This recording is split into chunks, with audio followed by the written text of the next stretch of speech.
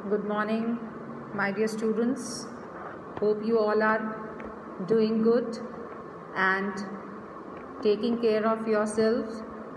इस कोरोना काल में आप लोग सब अपना ध्यान रख रहे हैं और अच्छी तरीके से हैं। ये हमारे लिए बहुत ज़रूरी है कि हम अपना और अपने परिवार का ध्यान रखें और अच्छी तरीके से रहें। यदि हम अच्छी तरीके से रहेंगे तो हमारा परिवार अच्छी तरीके से रहेगा और परिवार अच्छी तरीके से रहेगा तो हमारा समाज स्वस्थ रहेगा। ओके बच्चों, कल हम क्या कर रहे थे? कल हमने बात की थी मैक्स वेबर की थ्योरी ऑफ सोशल एक्शन और उसके अंदर हमने types of social action discuss करे थे। 4 तरीके के सोशल एक्शंस या सामाजिक क्रियाओं की हमने बात की थी। ज़्वैक रैशनल, वर्ड रैशनल, अफेक्चुअल एंड ट्रेडिशनल, है ना। तर्क के आधार पर, मूल्यों के आधार पर और ट्रेडिशन के आधार पे ये हमने चीज़ें देखी थी कि वेबर ने किस तरीके से एक्शन को बांटा है। आज हम वेबर का एक दूसरा महत्वपूर्ण सिद्धांत पढ़ने जा रहे हैं जो कि बहुत ही इम्पॉर्टेंट है, ब्यूरोक्रेसी। ब्यूरोक्रेसी को क्या कहते हैं? नौकरशाही। इसके अंदर हमको देखना है क्या क्या चीज़ें पढ़नी हैं। एक तो मीनिंग ऑफ ब्यूरोक्रेसी, नौकरशाही का क्या अर्थ है, उसके बाद इसके क्या मुख्य तत्व हैं, which are the main elements of bureaucracy, और उसके बाद सबसे इम्पॉर्टेंट चीज़ क्या है, कैरेक्टरिस्टिक्स ऑफ ब्यूरोक्रेसी, इसकी क्या विशेषताएं हैं। इसको एक और नाम से भी आप लोग बच्चों जानते होंगे, ब्यूरोक्रेसी को लाल फीताशाही, है ना, इसको लाल फीताशाही भी कहते हैं। और ये कोई नई चीज़ नहीं है। हम यदि कहें ब्यूरोक्रेसी की बात कहें तो ये कुछ नया इसके अंदर नहीं है कि अभी ये व्यवस्था कुछ चालू हुई है। जब हम ब्यूरोक्रेसी की बात करते हैं माय डियर स्टूडेंट्स, तो उसके अंदर एक सबसे जो महत्वपूर्ण चीज़ आती है वो होती है हायरार्की। अभी हम कैरेक्टरिस्टिक्स की बात करेंगे, तब कैरेक्टरिस्टिक्स के अंदर भी हम इस चीज़ की बात करेंगे। अब वेबर ने जब ब्यूरोक्रेसी को परिभाषित करा तो 2 तरीके से, 2 रूपों में उन्होंने इसकी मेनली बात करी। पहला तो उन्होंने बताया कि कानूनी सत्ता, उस रूप में कैसे हम इसको ब्यूरोक्रेसी को या नौकरशाही को वो कर सकते हैं, डिफाइन कर सकते हैं।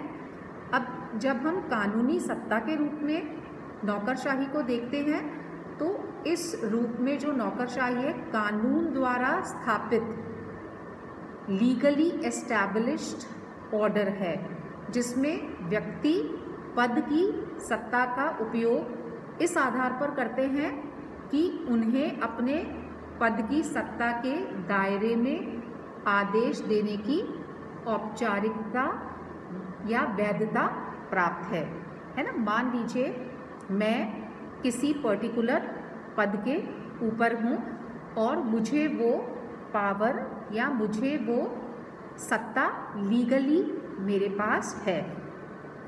तो पहला जो फॉर्म है जिसमें वेबर ने डिफाइन करने की कोशिश करी ब्यूरोक्रेसी को, वो है कानूनी सत्ता के रूप में। एक और तरीके से भी मैक्स वेबर ने इसको ब्यूरोक्रेसी को डिफाइन करने की कोशिश करी और वो है एक संगठन के रूप में। अब संगठन के रूप में हम कह सकते हैं कि जब हम संगठन के रूप में बात करते हैं तो हम इसमें एक हायरार्कियल अरेंजमेंट की भी बात करते हैं या वेबर इसकी भी बात करते हैं।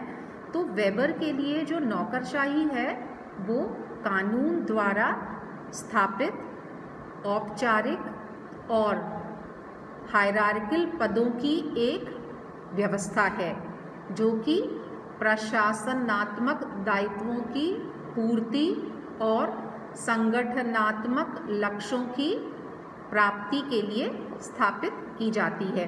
There are certain, you can say certain what can you call them, कि कुछ पॉइंट्स हैं या कुछ क्राइटेरिया है which have to be fulfilled through this bureaucracy. तो अब यदि हम इसका सार देखें तो हम कह सकते हैं कि नौकरशाही संगठन अथवा प्रशासन का एक विशेष रूप है अथवा एक प्रणाली है। प्रणाली, इसके लिए वर्ड जो है वो ज़्यादा एप्रोप्रिएट लगता है। और नौकरशाही प्रशासन का मौलिक अर्थ है ज्ञान के आधार पर नियंत्रण करना। इसकी यही विशेषता इसे विशिष्ट रूप से तार्किक बनाती है। ज्ञान के आधार पर किस तरीके से करेंगे? मान लीजिए कोई भी ऑफिस है, कोई भी कार्यालय है, वहाँ अलग अलग कैटेगरी के लोग हैं और उस कैटेगरी के अंदर जो हायरार्की है उसमें जो अधिक ऊंचे पद पर है वो अपने से नीचे वाले पद वाले व्यक्ति को ऑर्डर दे सकता है। तो ब्यूरोक्रेसी में क्या हो गया? Bureaucratic administration means fundamentally the exercise of control on the basis of knowledge. क्या है? Exercise of control on the basis of knowledge. Now this is the feature of it which makes it specifically rational. Rationality की भी बात max weber ने करी है। तो bureaucracy के अंदर हमको ये देखना है कि आपके पास या नॉलेज जब है तो आप ब्यूरोक्रेसी के हायरार्की में ऊपर आते हैं। अब यदि हम इसके कुछ एलिमेंट्स की बात करें ब्यूरोक्रेसी के, तो हम कह सकते हैं कि संगठन के उद्देश्य के लिए आवश्यक नियमित क्रियाओं को पदानुसार कर्तव्य के रूप में वितरित किया जाता है। पदानुसार मतलब जैसे जैसे जिसका पद है उसके अनुसार उनको अपने ड्यूटीज़ परफॉर्म करनी होती है या कर्तव्यों का पालन करना होता है। दूसरी बात बच्चों हम कह सकते हैं कि पदों के संगठन में संस्तरण का सिद्धांत अपनाया जाता है। संस्तरण क्या हुआ? हायरार्की। जब भी हम पदों के संगठन की बात करते हैं तो there has to be a hierarchy, we have to follow some hierarchical order. Hierarchical order क्या हो गया?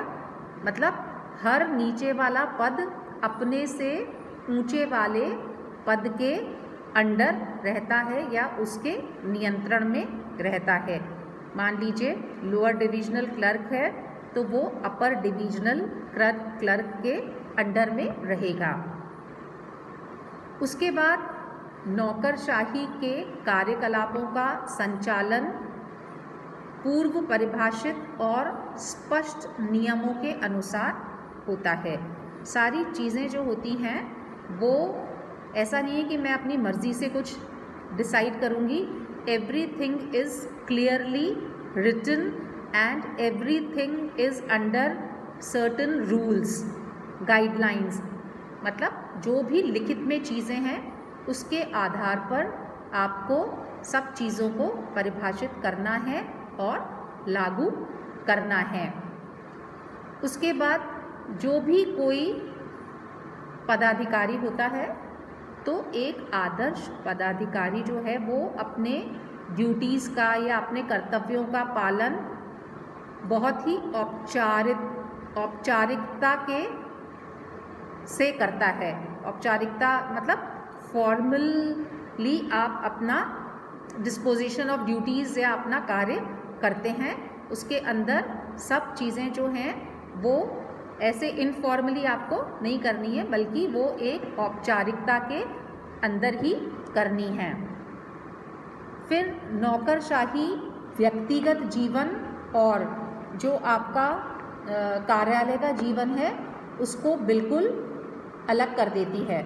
है ना, आपको अपना जो पर्सनल घर का जो चीज़ें हैं उसको आपको इसके साथ मिक्स नहीं करना है ना। जैसे आप कोई मान लीजिए कोई बड़े पद पर हैं, ओहदे पर हैं, आपको सुविधाएं मिली हुई हैं, आपके पास गाड़ी मिली हुई है, आपको कुछ इस तरह की फैसिलिटीज़ मिली हुई है कि आपके पास वर्कर्स हैं या नौकर चाकर हैं, तो उसका ये मतलब नहीं है कि आपको जो सुविधाएं मिली हुई हैं या गाड़ी आपको मिली हुई है तो आप उस गाड़ी से अपने बच्चों को स्कूल छुड़वाने भिजवाएंगे ड्राइवर से, ऐसा नहीं अपेक्षित है, क्योंकि there has to be clear cut demarcation between office and your home. बाहर का जो चीज़ है वो बाहर का है, आपके कार्यालय का है, आपके ऑफिस का है, और जो चीज़ें आपके घर की हैं वो अलग हैं। तो इसका हमको ख्याल रखना होता है, वेबर ने जो इसके एलिमेंट्स बताए हैं उसके अकॉर्डिंग। तो ये कुछ एक ब्यूरोक्रेसी के तत्व हैं। वेबर ने बताया कि किस तरीके से हम ब्यूरोक्रेसी को, नौकरशाही को डिफ़ाइन कर सकते हैं। 2 तरीके उन्होंने बताए जिससे कि हम इसको डिफ़ाइन कर सकते हैं। एक तो लॉ के बेसिस पे, लीगली एस्टैब्लिश्ड ऑर्डर के हिसाब से, और दूसरा एक संगठन के रूप में। ओके, टेक केयर बच्चों, गुड डे।